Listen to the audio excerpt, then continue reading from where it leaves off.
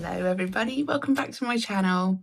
If you don't know me, I am Liz Mears. I'm a neurodivergent parenting coach and I'm an AUDHDer and I'm mum to an autistic son and a likely ADHD daughter, and I have a fiance who's probably ADHD too, and I have a cat, and I'm pretty sure all cats are autistic. So welcome back to the channel.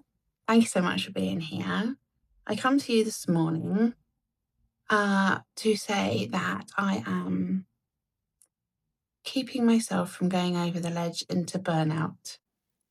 You might think, oh, Liz, but you're here on camera. How are you doing that?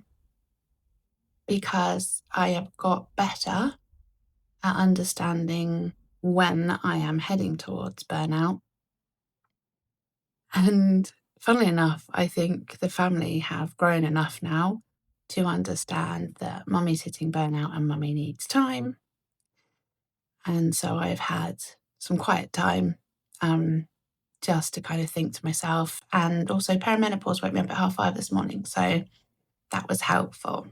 With that in mind, I thought we'd talk about being overwhelmed as a neurodivergent parent, carer to neurodivergent kids. It can be overwhelming whether you're neurotypical or neurodivergent. It's overwhelming.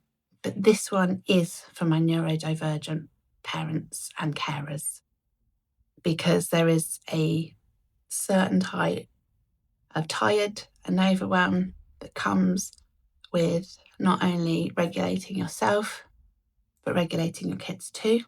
Over the past week, I've realised that what with doing, the normal home stuff, financial stuff, the political climate, what's going on in the world, trying not to take everything onto all of my shoulders, holding space for my family, holding space for my members, holding space for myself has come at the bottom of the pile.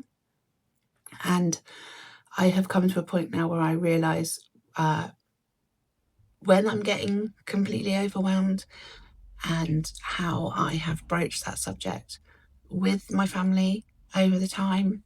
My kids are older now. I have a 21-year-old and a 14-year-old. And whilst they still have very much their own needs, which will override mummy's needs, of course, they do understand to some extent that when I say, listen, mummy's had enough and I need some space, and it's nothing to do with you guys, it's literally me, they understand now that I need to take that time. And a great example of that is last night talking to my son. He came through when I was in bed. I was just reading my book. And he said, oh, I didn't realise it's time, I didn't go down to get pudding. And I said, oh, I think you got pudding earlier, didn't you? I'm sure I saw it on the microwave whilst you popped to the toilet. And he was like, no, I don't think I did. I was like, yeah, really sure that you did. You did. You absolutely grabbed it. Anyway, fast forward to 10 minutes later, he comes back up and he's like, Mum, you've lost it. I haven't had my pudding. It's not on the microwave. It's not been in my bedroom. You're just mental. And in our family, that is just a joke. And I was like, yeah, that'll be the perimenopause and the burnout. And I'm literally seeing things then. Okay, so that to me was my sign that I really need to look after myself. And so I did. I got a pretty good night's sleep, other than waking up at 5:30 this morning. But the reality of being an ADHD mum who has a neurodivergent family, ADHD, autistic, and other things going on as well, it's very busy. And my partner doesn't work at the moment because he's had a heart operation and everything. So he needs time and space to recover. So I'm very lucky that he is taking on shifts doing, he's doing the cooking, he's helping out around the house and all those sorts of things, which is absolutely wonderful. And I'm so grateful for it. But there are some things that tend to fall on the mother of the family, whether they're physically a mother or not, if you know what I mean. And they hold everything. They hold the mental load. And when I learned about the mental load, I was like, my God, yes, that is it. Because For instance, I had to book up dentist appointments. Oh, I must actually rearrange mine this week.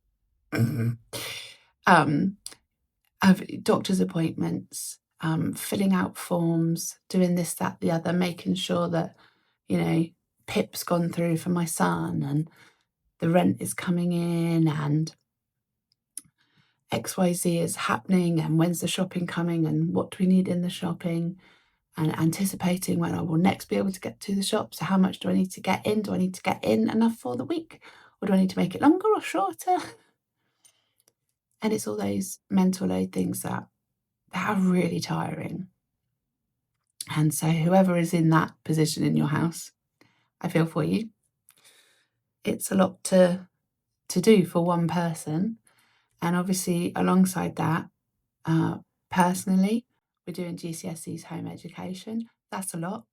I'm having to remember everything I did, along with, using tutors and online help and such. But most of it, my daughter wants me to help her with, which is fine.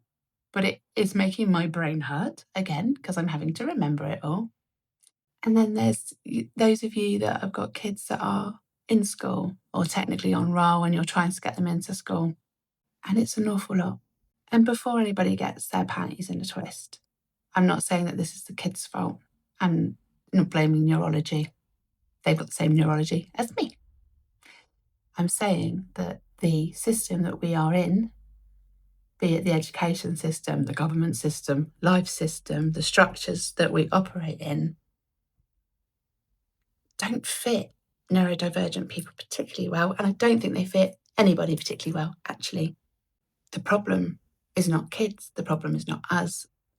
The problem is a system that requires compliance. The problem is an education structure stripped of funding. The problem is a government who expects parents to plug the gaps of their shoddy systems.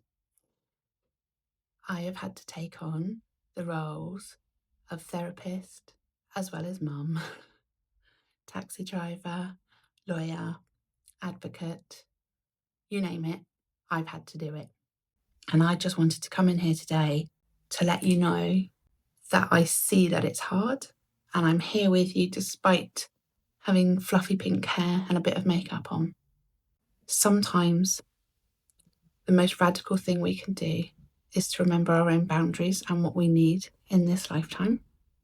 Modelling to my children what it is that I need and what they need, reminding them over and over and over again, because, prefrontal cortexes are still growing, that when they've had enough, they need quiet time. They take themselves away, they go listen to music, or they have, silence, whatever it is they want, they get. And that actually, mummy needs that too, and daddy. Everybody needs that time to recalibrate, and that's okay. It is half term this week. I'm hoping that that is going to give me a bit of space to recalibrate myself. If you're on half term, I hope it does the same for you and for your children. If you're working your way up to half term, I hope that it is a stable week and it is a week. We can only hope for little glimmers along the way.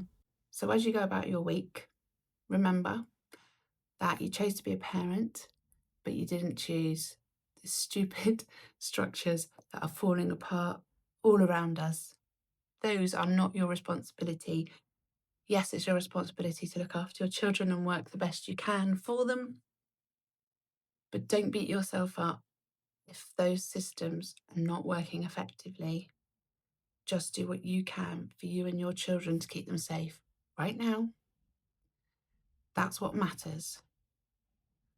And if you are cruising close to burnout, I hope that you can take this as a sign that you need to recognise that maybe you need to put down a few little boundaries for yourself for the next few days, for the week, to allow yourself to take the pressure off. I know it's easier said than done, but I live in hope. I'm an optimist. So thank you very much for being here again with me this week. I do hope you have an okay week. Sending you loads of love. Please let me know down in the comments if this is something that you struggle with and how you personally deal with it. And if you'd like to come follow me on Facebook, I'm Liz Mears on Facebook, and I have the Neurodivergent Parenting Revolution, which is a free community over there as well. And in my description, you can sign up for my free newsletter as well. I've got to start remembering to get all these things out there so that people can come and follow me, join the revolution, because you need to remember that you're the revolution. Okay, see you next time. Love you. Bye.